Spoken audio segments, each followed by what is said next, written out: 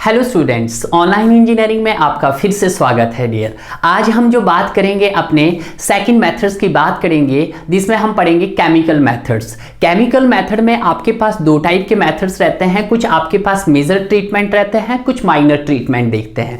आज के लेक्चर्स में हम यहाँ पे कवर करेंगे अपने कुछ माइनर ट्रीटमेंट। इससे पहले तो आपने सभी ने ही पढ़ा होगा कि हमने आपके पास दो मेथड्स की स्टडी करवाई थी, और वो दो मेथड कौन से थे सर? एक फिजिकल मेथड्स में हमने सर सिंपल बॉइलिंग देखा था और यूवी रेडिएशन देखा था डियर।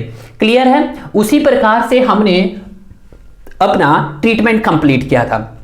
आज जो हम बात कर रहे हैं that is the chemical methods. Chemical method ऐसे मेथड जिनको आप अपने सेंस के थ्रू डिटेक्ट नहीं कर सकते हैं, these are the chemical methods. Chemicals methods में दैट इज माइनर मेथड में आता है लाइम, लाइम के बाद ओजोन, ओजोन के बाद आता है हैलोजेंस ग्रुप्स एंड पोटाशियम परमैंगनेट्स। ये किसके अंदर आते हैं? माइनर मेथड्स के अंदर आते हैं। ठीक है, अगर मैं इनके केमिकल नेम की बात करता हूं तो लाइम का केमिकल नेम होता है दैट इज CaO। क्या होता है भाई? CaO। अगर मैं ओजोन की बात करता हूं तो ओजोन का केमिकल नेम होता है O3। हैलोजेंस ग्रुप में अगर मैं बात करता हूं तो इसमें सर फ्लोरीन आता है, ब्रोमीन आता है एंड आयोडीन आता है। क्लियर है? उसी तरह से पोटाशियम परमैंगनेट की बात करता हूं, this is the chemical name is KMnO4, potassium permanganate, जिसको गांव में बोला जाता है लाल दवा। क्या बोला जाता है? पोटाशियम परमैंगनेट को लाल दवा के नाम से भी जाना जाता है डियर। क्लियर है? तो अब इनको हम यहाँ पे वन बाय वन स्टडी करेंगे। लाइम के बारे में, ozone treatment, halogen group treatment and potassium permanganate. यहां से क्वेश्चंस भी आता है, और एक मैं आपको सर्टेन मेटल्स का भी यहां पे कवर करवाऊंगा, that is the silver. Silver या उसको बोलेंगे इलेक्ट्रो कटद्यान प्रोसेस। ठीक है, कटद्यान process, electro Katadyn process. Clear है? आइए अब बात करते हैं अपनी पहले ट्रीटमेंट ऑफ लाइम की, ट्रीटमेंट विद लाइम। तो यहां पे हम बिल्कुल वैसे जैसे हम करते आ रहे भाई, हम वैसे ही करेंगे ताकि आपको सारे कंसेप्ट क्लियर हो जाएं। तो यहां पे लिख रहा हूं मैं ट्रीटमेंट विद लाइम, तो that is treatment with lime. Treatment with lime कि लाइम के साथ भी हम क्या कर रहे हैं? अपना ट्रीटमेंट कर रहे हैं। तो लाइम का आपका फॉर्मूला होता है दैट इज CaO। ठीक है, मैं ज्यादा बड़े पॉइंट्स नहीं बनाऊंगा, आपके पास छोटे छोटे पॉइंट्स बनाऊंगा ताकि आपको ज्यादा कवर हो। ठीक है, इतना बड़ा बना देते हैं। ठीक है, पहला पॉइंट कि जब सर आपका एक्सेस में लाइम होगा तो आपका बैक्टीरिया किल होगा, यानी कि मैंने आपको एज ए कोवुलेंट भी लाइम का यूज करना सिखाया था। ठीक है, वहां पे भी हमने इसकी बहुत सारी डिस्कशन किया था इसके बारे में, बट अब यहां पे देखेंगे हम ट्रीटमेंट विद लाइम, जिसका केमिकल नेम होता है दैट इज CaO। क्या होता है भाई? CaO। तो यहां पे लिख देते हैं CaO। तो पहला पॉइंट कि sir excess lime kill the bacteria, कि जब आपके पास सर एक्सेस में होगा एक्सेस लाइम क्या करेगा? टू किल द बैक्टीरिया, आपके बैक्टीरिया को किल करेगा, टू किल द बैक्टीरिया। ठीक है सर, आपने कहा कि जो हमारे पास एक्सेस लाइम है वो किल करेगा आपके बैक्टीरिया को। ठीक है, तो इसका मतलब है कि जो भी यहाँ पे लाइम होगा वो आपका जितना नहीं होगा जितना आप चाहोगे, एक्सेस में ही आपको लाइम रखना पड़ेगा तभी। बट ये जो एक्सेस लाइम होगा कहीं ना कहीं इसको आपको वाटर सप्लाई करने से पहले रिमूव भी करना पड़ेगा। तो ये सेकंड पॉइंट लिखना पड़ेगा कि सर ये फर्स्ट पॉइंट है कि excess lime to kill the bacteria, second point but excess lime, but जो आपके पास एक्सेस लाइम है इसको क्या करना? एक्सेस लाइम कितना आपके पास है? 14 से अगर 40 ppm तक है, 14 to 40 ppm तक है। ठीक है, तो आपको क्या करना पड़ेगा? हैज टू रिमूव करना पड़ेगा, has to remove before the water supply, before the supply of water, before the supply of water. Clear है? Before the supply of water, this is the first point. क्या कहा उसने कि जो भी sir आपका एक्सेस लाइम है वो आपके बैक्टीरिया को किल तो करेगा ही करेगा, बट आपको कहीं ना कहीं वो नुकसान भी देगा अगर वो आपका एक्सेस में रह जाएगा। तो उसको आपको क्या करना पड़ेगा, आपको सप्लाई करने से पहले ही, कि जैसे ही आपने अपना पानी डिस्ट्रीब्यूशन सिस्टम से सप्लाई करना है उससे पहले ही आपको क्या करना पड़ेगा, एक्सेस लाइम को रिमूव करना पड़ेगा। क्लियर है। अब ये सर कैसे होगा, ये होगा आपके, अब देखिएगा बड़े ध्यान से, जब मैं ऑक्सीडेशन करता था तो मैं ऑक्सीजन की प्रेजेंट में करूंगा, जब मैं कार्बोनेशन की बात करूंगा तो मैं वहां पे कार्बन डाइऑक्साइड के प्रेजेंस में बात करूंगा। यानी कि आपको यहां पे दो टर्म क्लियर हो जाएगी कि सर एक होता है ऑक्सीडेशन और एक होता है कार्बोनेशन। सर कार्बोनेशन आप क्या करते हैं, ऑक्सीजन नहीं, कार्बोनेशन के साथ आप क्या करते हैं, कार्बन डाइऑक्साइड को ऐड करते हैं, और ऑक्सीडेशन के साथ क्या करते हैं, ऑक्सीजन को ऐड करते हैं। तो यहां पे मैं क्या करूंगा, एक्सेस लाइम को रिमूव करने के लिए मैं कार्बोनेशन प्रोसेस करूंगा, यानी कि रीकार्बोनेशन। रीकार्बोनेशन क्या है कि लाइम का मैं क्या करवाऊंगा, लाइम का रीकार्बोनेशन करवाऊंगा कार्बन डाइऑक्साइड के साथ। क्लियर है। तो क्या हो जाएगा, वो ऑक्सीडाइज हो जाएगा, एक प्रेसिपिटेट की फॉर्म में आएगा मेरे पास। ठीक है। तो ये इसकी बम्बार्डिंग करेंगे। जैसे देखिएगा, आपको देखिएगा यहां पे मैं पॉइंट लिख रहा हूं, आपको भी शायद समझ नहीं आया होगा कि to remove the excess lime, कि सर टू रिमूव द, अगर सर आपको रिमूव करना है, to remove the excess lime, अगर ये रिमूव करना है आपको एक्सेस लाइम, तो वी गॉट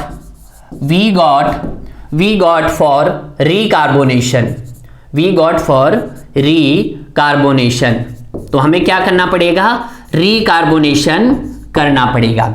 रीकार्बोनेशन कैसे, कि मान लेते हैं रीकार्बोनेशन दिखेगा कि जब सर आप लाइम का क्या करवाओगे, बम्बार्डिंग करवाओगे लाइम की, किसके साथ, लाइम की बम्बार्डिंग कराएंगे हम किसके साथ भाई, दैट इज लाइम की बम्बार्डिंग करवाएंगे हम, CaO की बम्बार्डिंग करवाएंगे CO2 के साथ। तो हमें क्या मिलेगा, हमें मिलेगा CaCO3, किसकी फॉर्म में मिलेगा, एक प्रेसिपिटेट की फॉर्म में मिलेगा। किसकी फॉर्म में मिलेगा, हमें प्रेसिपिटेट की फॉर्म में मिलेगा डियर। क्लियर है। तो यही हम करवाएंगे तो हमें ये चीज मिल जाएगी। तो दिस इज वेरी इंपॉर्टेंट। ठीक है। तो इसी को क्या बोला जाता है, इसी को ही बोला जाता है आपका कार्बोनेशन। अगर मैं ऑक्सीजन के साथ करवाता तो ऑक्सीडेशन, अगर यहां पे मैं CO2 के साथ करवा रहा इसको रिएक्ट, तो मेरे पास क्या बनेगा, एक प्रेसिपिटेट फॉर्म बनेगा। ठीक है। तो उसको बोला जाएगा रीकार्बोनेशन। क्लियर है। सेकेंड पॉइंट भी क्लियर है। बट आज के दिन में डियर हम इसका यूज नहीं करते हैं, एक्सेस लाइम का यूज नहीं करते हैं, इसका यूज पुराने जमाने में किया जाता है। नाउ-ए-डेज इट इज नॉट यूज्ड, तो इसका भी पॉइंट लिखिएगा next. Nowadays it is not used. Nowadays आज के दिनों में it is not used. It is not used. आज के दिनों में हम इसका यूज करते ही नहीं है। क्लियर है। तो आपको यहां पे एक स्टेप क्लियर हो गया होगा, यानी कि ट्रीटमेंट विद लाइम हमारा क्लियर हो गया है। ठीक है। अब नेक्स्ट आ जाते हैं हम, और तो नहीं बचा आपके पास, नहीं बचा आपके पास, क्या बस हो गया। अब चलते हैं नेक्स्ट, आगे चलते हैं, क्योंकि ज्यादा बड़ा है तो आप पूरे टेबल पे आ जाएगा आपके पास, सॉरी पूरे बोर्ड पे आ जाएगा, टेबल पे नहीं बोर्ड पे आ जाएगा यार। तो अब देखते हैं यहां पे नेक्स्ट है ट्रीटमेंट विद लाइम। लाइम तो हो गया, ट्रीटमेंट विद ओजोन। किसके बात करना हमने अब, ट्रीटमेंट विद ओजोन। हेडिंग डालते हैं, that is treatment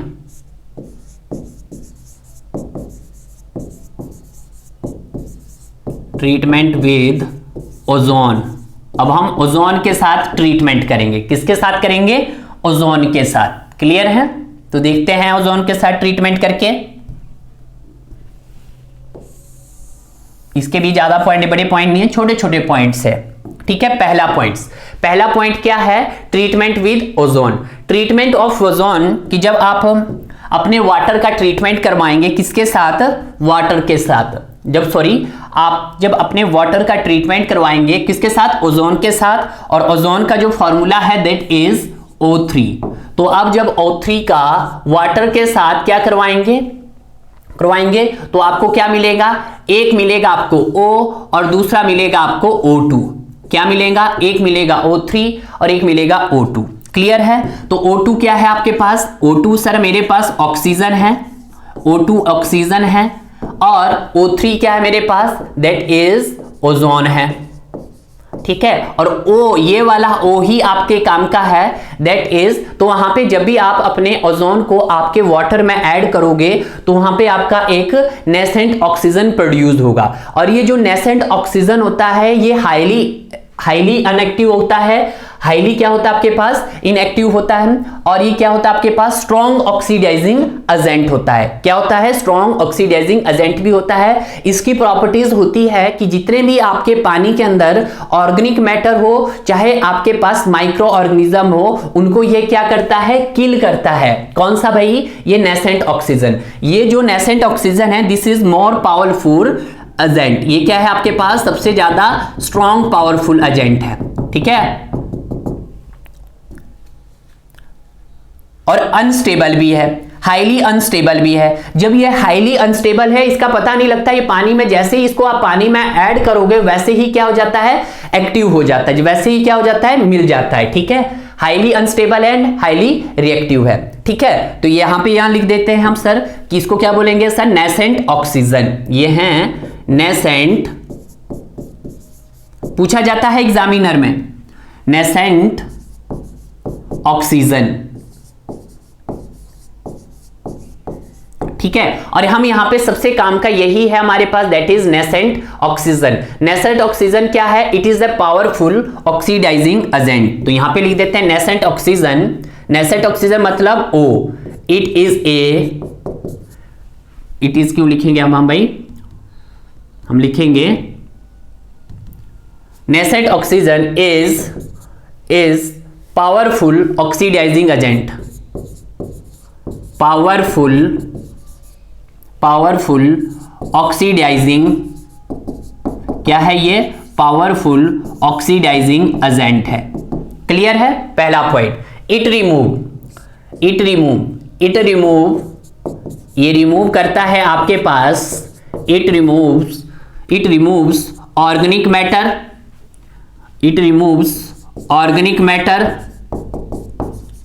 organic matters को रिमूव करता है। It remove organic matter as well as microorganism, ठीक है, as well as microorganism। Next point क्या है कि सर इसका कितना डोज देना चाहिए, इसका जो डोज देना चाहिए 2 to 3 ppm of ozone is required, ठीक है। कितना डोज देना चाहिए, 2 to 3 ppm ओजोन रिक्वायर्ड। और फॉर रेजिडुअल के लिए कितना, 0.1 ppm, ठीक है। कि 2 से 3 ppm ओजोन रिक्वायर्ड होता है, यानी कि 1 लीटर पानी के लिए आपको कितना ppm चाहिए, 2 से 3 ppm चाहिए। और रेजिडुअल के लिए कितना चाहिए, ये रेजिडुअल किसके लिए, आपका फ्यूचर के लिए, ठीक है। कि जब तक आपका वो पानी आपका डिस्ट्रीब्यूशन सिस्टम तक पहुंचे हैं तब तक भी उसके अंदर कितना रेजिडुअल लेफ्ट होना चाहिए, यानी कि कितना ओजोन आपका बचना चाहिए, 0.1 ppm का बचना चाहिए। क्लियर है, ये होनी चाहिए यानी किसकी प्रॉपर्टीज, क्लियर है। उसके बाद it removes colour, odour and taste. It also, ये साथ में ये जरूरी नहीं कि organic matter as well as microorganism को ही रिमूव नहीं करता, इट आल्सो रिमूव, ये रिमूव करता है आपके टेस्ट को भी रिमूव करता है, आपके कलर को भी रिमूव करता है, आपके ऑर्डर को भी रिमूव करता है, टेस्ट, कलर एंड ऑर्डर को भी रिमूव करता है इफ अवेलेबल इन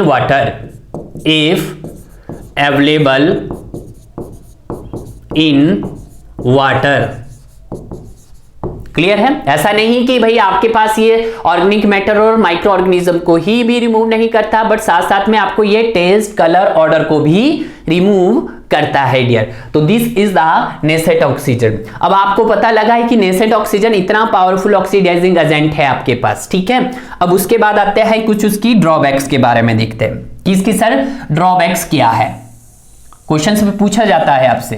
तो पहली ड्रॉबैक क्या है, पहली बात दिखेगा यहीं ली। अब जो आपके पास ये नेसेंट ऑक्सीजन है, ये नेसेंट ऑक्सीजन क्या है आपके पास, nascent oxygen powerful oxidising agent तो है ही है, साथ में ये हाईली अनस्टेबल भी है। हाईली अनस्टेबल का मतलब it react very quickly in water. तो मैं लिख सकता हूं सर क्या है ये, हाईली अनस्टेबल है, इट इज हाईली अनस्टेबल। इसकी ड्रॉबैक है कि जो सर आपके पास नेसेंट ऑक्सीजन है, नेसेंट ऑक्सीजन पूरा लिख देता हूं, नेसेंट ऑक्सीजन इज, ऑक्सीजन पूरा लिख रहा हूं भाई, सॉरी, ठीक है। नेसेंट ऑक्सीजन इज क्या है आपके पास, हाईली अनस्टेबल है, हाईली अनस्टेबल है, हाईली अनस्टेबल है। So it react with quickly in water, so it react with quickly in water, जिससे क्या हो जाता है, वाटर में क्विकली रिएक्ट हो जाता है। क्लियर है। And nothing remains, and nothing remains, and nothing remains, and nothing remains in water, nothing remains in water by the water, nothing remains by the time, by the time water reach the distribution system, water reach the distribution system। देखिएगा मैंने क्या कहा कि इसकी drawbacks क्या है कि sir ये क्या है, nascent oxygen is highly unstable है। हाईली अनस्टेबल से क्या होता है सर, ये रिएक्ट कर देता है क्विकली वाटर के साथ, and nothing remains in water, और आपके वाटर में ये तब तक नहीं बचता जब तक आपका वाटर डिस्ट्रीब्यूशन सिस्टम तक पहुंचे। ठीक है, ये इतना क्विकली मतलब इतना जल्दी स्टेबल हो जाता है आपके पानी के साथ कि जैसे सर हम जब तक हम डिस्ट्रीब्यूशन सिस्टम में पहुंचेंगे तब तक आपको मिलेगा ही नहीं। और जब भाई मिलेगा ही नहीं तो आपका इसका फायदा क्या हुआ, इसका कोई भी फायदा नहीं हुआ। ठीक है, क्योंकि क्या हो रहा है, पानी के साथ जल्दी रिएक्ट कर रहा है। पानी के साथ जल्दी रिएक्ट करने से क्या है कि सर जब तक डिस्ट्रीब्यूशन में सिस्टम में देखा हमने, वहां तक हमने सप्लाई किया पानी को, तो पता चला कि भाई उस ओजोन का क्या हुआ। आपने तो कहा कि सर हमारे पास सारे रिमूव हो गए हैं। तो आज के दिन में अगर देखा जाए तो जो आपकी जो नीड थी, यानी कि जो क्वांटिटी की कुछ आपके पास नीड मैंने आपको स्टार्टिंग में बताई थी कि कैसा आपके पास होना चाहिए, डिजायरेबल क्वांटिटी कैसी होनी चाहिए, तो क्या इसके पास ऐसी क्वांटिटी है? फ्यूचर कंटामिनेशन को लेकर इसके पास ऐसी क्वांटिटी है? बिल्कुल भी नहीं है। क्यों नहीं है? कि ये क्या है, आपके पास हाईली अनस्टेबल है जो आपके वाटर के साथ जल्दी रिएक्ट कर जाता है। क्लियर है? तो ये इसकी सबसे बड़ी ड्रॉबैक्स है। ये भी ड्रॉबैक चलो हम मान लेते हैं कि चलो ये है। दूसरी है कि ये सर कॉस्टली है, it is costly, it is costly. ये क्या है, आपको महंगा पड़ता है। ठीक है, और ये क्या, और ये श्योर भी नहीं करता फ्यूचर्स के लिए। तो ये भी लिख सकते हैं, it also does not, it also does not ensure the killing of bacteria या killing of organic matter and microorganism of future contamination.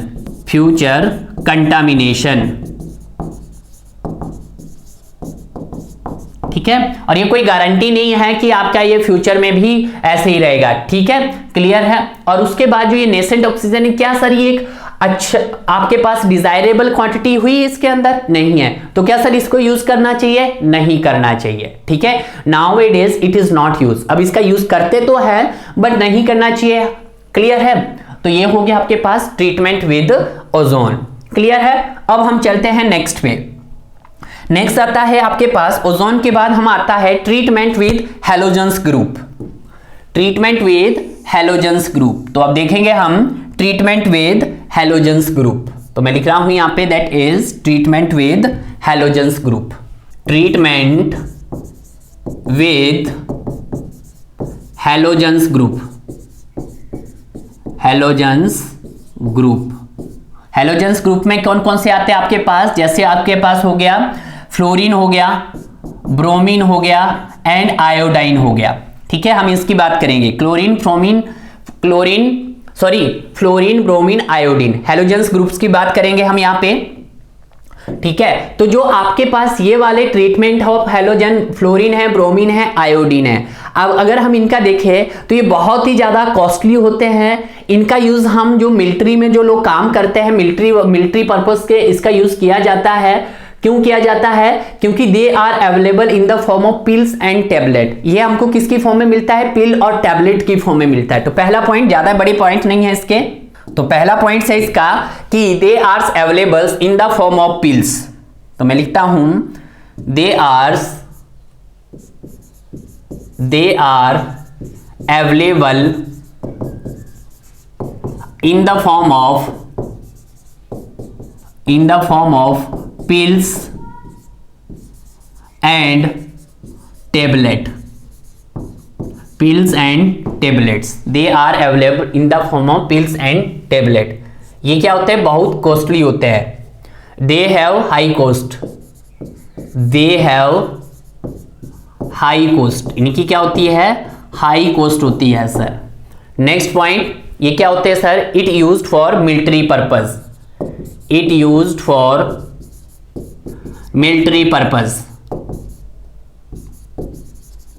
Military purpose के लिए करते हैं। क्लियर है? तो दिस आर वेरी इंपॉर्टेंट। अब एक और आ देता है, सर्टेन मेटल में आता है सिल्वर और इलेक्ट्रो कटद्यान प्रोसेस। ये भी आपके लिए इंपॉर्टेंट है, इसलिए मैं करवा रहा हूं।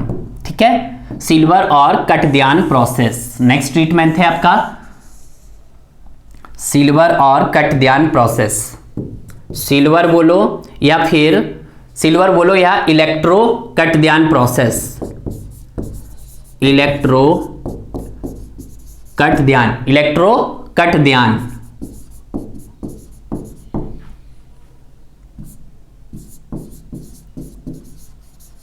ठीक है, सिल्वर या इलेक्ट्रो कटद्यान प्रोसेस। अब इस प्रोसेस का यूज आप क्यों करते हैं? इसका यूज करते हैं it remove algae and it also take care the future pollution. ठीक है, तो ये भी लिख देते हैं इट आल्सो ये क्या करता है? इट रिमूव एल्गी, ये एल्गाई को रिमूव करता है। And it also remove and it also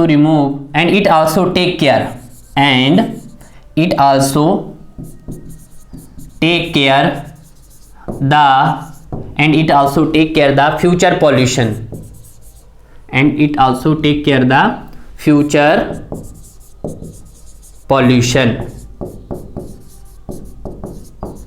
ठीक है, तो इसको भी थोड़ा सा आप अंडरलाइन कर दीजिएगा क्योंकि वेरी वेरी इंपॉर्टेंट है। छोटे छोटे पॉइंट्स है, आपको कभी भी आ सकते हैं। क्लियर है? इसीलिए पॉइंट्स। इट इज कॉस्टली, ये क्या है सर? इट इज कॉस्टली, तो ये भी लिख लीजिएगा इट इज कॉस्टली। ये भी सस्ता नहीं होता है, ये भी क्या होता है? महंगा होता है। बैंड बज गई आपकी। ठीक है, कुछ भी खरीद नहीं सकते भाई हम। क्लियर है? तो this is the very very important. तो यहां पे जो हमने अभी कवर किया है, आपको ओजोन बताया। ओजोन के बाद हमने किसकी स्टडी की? ओजोन के बाद सर हमने अपने हैलोजेंस ग्रुप की स्टडी की, फिर उसके बाद सिल्वर इलेक्ट्रो कटद्यान प्रोसेस की स्टडी की, और अब आपके लिए very very important that is the लाल दवा। लाल दवा मतलब पोटाशियम परमैंगनेट।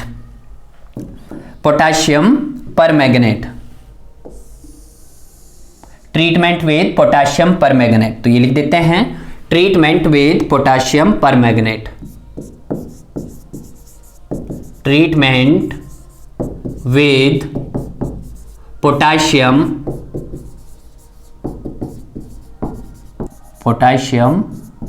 परमैंगनेट। ठीक है, पोटाशियम परमैंगनेट आ गया भाई अब तो यार, जिसका फॉर्मूला है KMnO4। ठीक है, अब यहां पे देखिएगा, बड़े ध्यान दीजिएगा, ये भी काफी इंपॉर्टेंट है। इसमें आपने याद रखना कि दे आर अवेलेबल, तो हो गया आपके पास। ये जो KMnO4 है, ये आपकी हेल्प करता है oxidising the taste producing organic matter. किसको रिमूव करने की कोशिश? It also help in the oxidising the taste producing organic matter. तो इसको पॉइंट्स में लिख देते हैं पहले। ठीक है, तो यहाँ पे लिख देते हैं कुछ हिसाब से, थोड़ा सा बना रहा हूं मैं। It also helps in taste producing organic matter, तो लिख देता हूं it also helps in test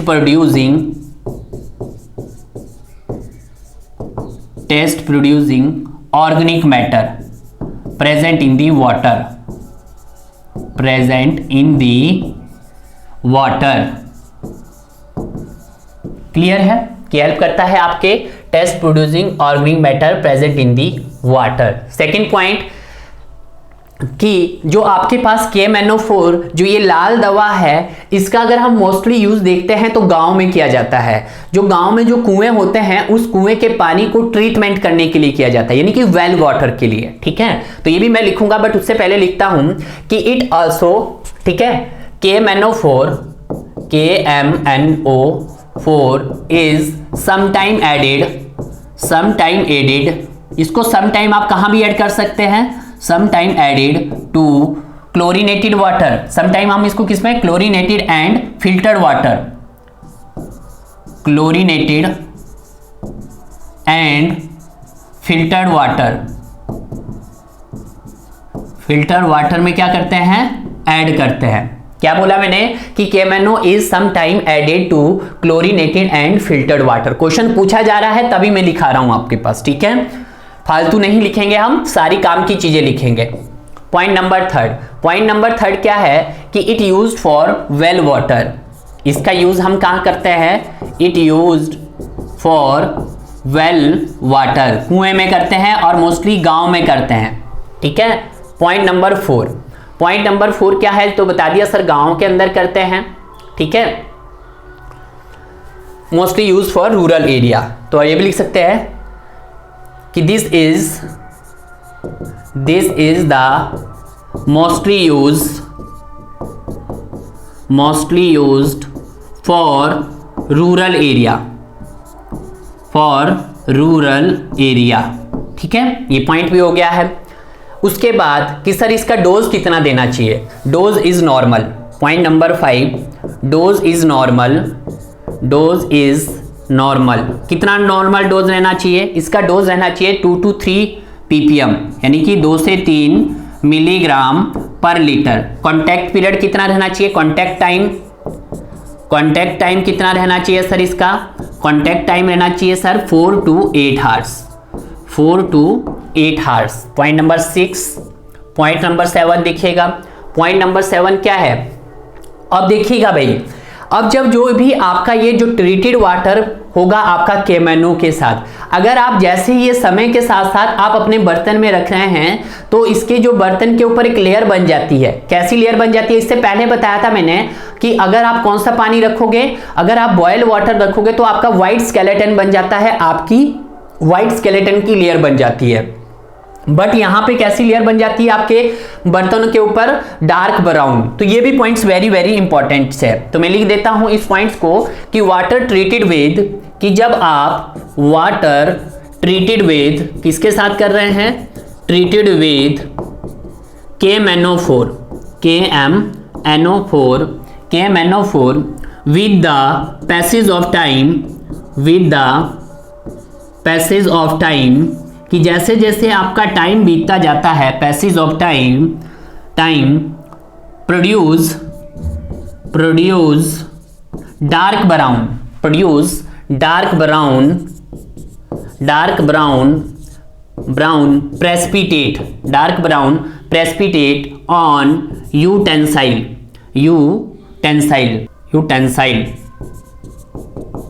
ठीक है। तो आपके जो बर्तनों के ऊपर है वो क्या बन जाती है, वहां पे एक डार्क ब्राउन की लेयर बन जाती है, अनटेंसाइल, ठीक है। ये बात ध्यान रखना है कि बर्तनों के ऊपर क्या बन जाती है, वहां पे एक डार्क ब्राउन का एक स्केलेटन बन जाता है। क्लियर है, तो ये सारे इंपॉर्टेंट पॉइंट्स है जो मैंने आपको यहाँ पे लिखा दिया है। एक और इंपॉर्टेंट पॉइंट्स यहाँ पे ये भी है, उसको मैं थोड़ा सा आके लिखाता हूं। यहाँ पे हम बनाते हैं छोटा सा, अभी ये कंप्लीट नहीं हुआ, अभी देखना इसका कुछ आपको मैं बताऊंगा कि सर ये प्रोसेस कैसे काम करता है, प्रोसेस जानना बहुत जरूरी है। यहां तक तो आपके पॉइंट्स हो गए हैं। अब नेक्स्ट पॉइंट क्या रहेगा इसका सर, नेक्स्ट पॉइंट रह गया, आप देखिएगा कौन कौन से रह गए सर, अब देखिएगा सर, हमने हेल्प करता है हमारी ऑर्गेनिक मैटर को प्रोड्यूस करने में। केमेनो डालते हैं हम, क्लोरीनेटेड और फिल्टर वाटर में भी ऐड कर सकते हैं। इसका यूज करते हैं हम वेल वाटर में है। This is the mostly use for rural area में करते हैं। डोज का नॉर्मल डोज रहता है यहाँ पे कितना, 2 से 3 मिलीग्राम पर लीटर। कॉन्टैक्ट टाइम रहता है 4 से 8 घंटे का। Water treated with potassium permanganate with the passage of time produce dark brown precipitate utensil. ठीक है, उसके बाद कुछ पॉइंट्स यहाँ पे हम और भी भर सकते हैं, कुछ भर सकते हैं। यस, कि इसकी जो परसेंटेज रिमूवल एफिशिएंसी है वो कितनी है। Okay, yes, it's bacterial removal efficiency, ये भी लिख देते हैं भाई,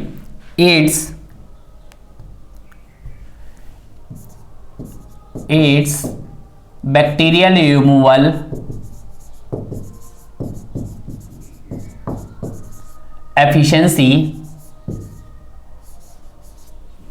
एफिशिएंसी कितनी है, 98%। ठीक है, कि कुछ आपके पास बैक्टीरिया है जिनकी रिमूवल एफिशिएंसी है इसके पास 98%, ये बैक्टीरिया रिमूव करती है। और इट रिमूव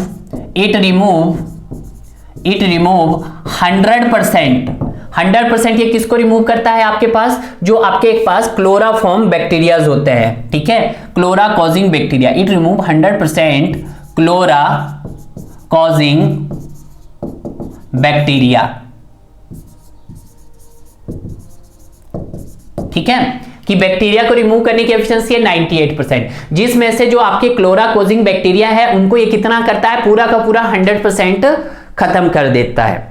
क्लियर है। अब एक पॉइंट्स यहां पे देखिएगा आप, पॉइंट्स क्या है कि सर जैसे ही आपका वेल हाइड्रोलिक्स था, सॉरी वेल वाटर था, वेल वाटर मतलब कुएं का पानी, देखिएगा बड़े ध्यान से, कुएं का पानी था, यहां से भी क्वेश्चंस आते हैं। कुएं के पानी में आपने सर क्या ऐड किया, कुएं के पानी में आपने ऐड किया सर पोटेशियम परमैंगनेट KMnO4। जैसे ही सर आपने पोटेशियम परमैंगनेट आपने ऐड किया तो ये आपको किस तरह का कलर देगा, पिंक कलर। कैसा कलर देगा, पिंक कलर। कैसा देगा आपको भाई, पिंक कलर। अब आपको सर मिला कि पिंक कलर कुछ समय के बाद ये पिंक कलर क्या हो जाता है, डिसअपियर हो जाता है। इफ सम टाइम के बाद क्या हो जाता है, ये इफ सम टाइम के बाद ये कलर आपका क्या हो जाता है, डिसअपियर हो जाता है। इफ सम टाइम बाद ये क्या हो जाता है, डिसअपियर्स हो जाता है। अब ये डिसअपियर मतलब ये पिंक कलर क्या हो गया है, गायब हो गया है। तो डिसअपियर का मतलब क्या है कि इसके अंदर अभी कुछ ऑर्गेनिक इंप्योरिटीज है। इट मींस इसका मतलब क्या हुआ, इट मींस कि certain amount of organic matters are present. It means organic matters are present. किसका मतलब क्या है, वहां पे अभी भी ऑर्गेनिक मैटर्स प्रेजेंट है। जब सर वहां पे ऑर्गेनिक मैटर्स प्रेजेंट है तो आप यहां पे क्या करोगे, आप फिर से एडिशन दोबारा से क्या ऐड करोगे, KMnO4 ऐड करोगे। KMnO4 ऐड करोगे, पोटेशियम परमैंगनेट। और कब तक ऐड करते जाओगे, तब तक ऐड करते जाओगे जब तक आपको ये पिंक कलर स्ट्रैंड ना मिले। कब तक ऐड करोगे सर, जब तक हमें पिंक कलर क्या ना मिले, स्ट्रैंड ना मिले। कि अब सर पिंक कलर आपका डिसअपियर नहीं हो रहा है, पूरी तरह से पिंक कलर आ गया आपके पास। तो बड़े ध्यान दीजिएगा, आपने क्या किया कि सर आप गए पहले वेल वाटर्स में आपने क्या कर दिया सर, KMnO4 ऐड कर दिया। KMnO4 से आपको क्या मिला सर, पिंक कलर मिला। और पिंक कलर ने क्या किया सर, सम टाइम के बाद ये कलर क्या हो गया, डिसअपियर हो गया। जिसका मतलब क्या है कि वहां पे कुछ ना कुछ ऑर्गेनिक मैटर प्रेजेंट है। ऑर्गेनिक मैटर सर प्रेजेंट है, तो मैंने क्या किया सर, अगेन से वहां पे क्या डाला, KMnO4 डालने के बाद अगर मैंने वहां पे क्या करवाया सर, पिंक कलर स्टैंड करवाया। तब तक डालते गए सर जब तक मेरा पिंक कलर क्या नहीं हुआ, स्टैंड नहीं हुआ। अब पिंक कलर स्टैंड हो गया। पिंक कलर के स्टैंड होने के आफ्टर 28 मिनट बाद, आफ्टर 48 घंटे के बाद, 48 घंटे तक इसको क्या रहने देंगे, हम पड़ा रहने देंगे। 48 हार्स के बाद कितना देर तक इसको पिंक कलर को आप स्टैंड करेंगे, 48 हार्स, 48 घंटे के लिए, 48 घंटे तक। उसके बाद ही आप यूज करेंगे, यानी कि स्टैंड रखा आपने इसको 48 हार्स के लिए। उसके बाद आप क्या करोगे, इसका यूज करोगे। क्लियर है, इस लाल दवा का यूज करोगे। तो देखिएगा किस तरह से आपको मैंने एक फ्लो चार्ट के थ्रू बताया कि आपने वेल वाटर में पोटेशियम परमैंगनेट डाला तो आपको कलर मिला पिंक कलर। अगर ये पिंक कलर कुछ समय के बाद डिसअपीयर हो जाता है तो उसका मतलब ये है कि सर वहां पे अभी भी कोई ना कोई ऑर्गेनिक इंप्योरिटीज है, ठीक है। उसके बाद अगेन से सर आपने दोबारा से पोटेशियम परमैंगनेट ऐड किया, तो सर जैसे ही आपने पोटेशियम परमैंगनेट ऐड किया तो आपको पिंक कलर स्टैंड हो गया, ठीक है। यानी कि आप बार बार डालते गए होंगे उसमें लाल दवा को, और ये जब स्टैंड हुआ तो आपने इसको 48 घंटे के बाद इसको फिर से दोबारा से इस पानी को, कुएं के पानी को यूज करना सीख लिया होगा डियर। सीख लिया नहीं, कर लिया होगा, ठीक है। सीखना क्या है इसमें यार, ठीक है। तो this is the flow chart of KMnO4, ठीक है। प्रोसीजर ही कहो इसको या कुछ कहो। तो इस तरह से यहां पे जितने भी आपके पास माइनर मेथड थे और एक आपके पास मैंने आपको सिल्वर के बारे में बताया, ये सारे कंप्लीट होते हैं। नेक्स्ट लेक्चर में हम जो कवर करेंगे अपना नेक्स्ट लेक्चर में रहेगा आपका major method addition of chlorine. Addition of chlorine is called chlorination. इसको हम अगले लेक्चर में कवर करेंगे डियर। तो ओके गाइस, थैंक यू।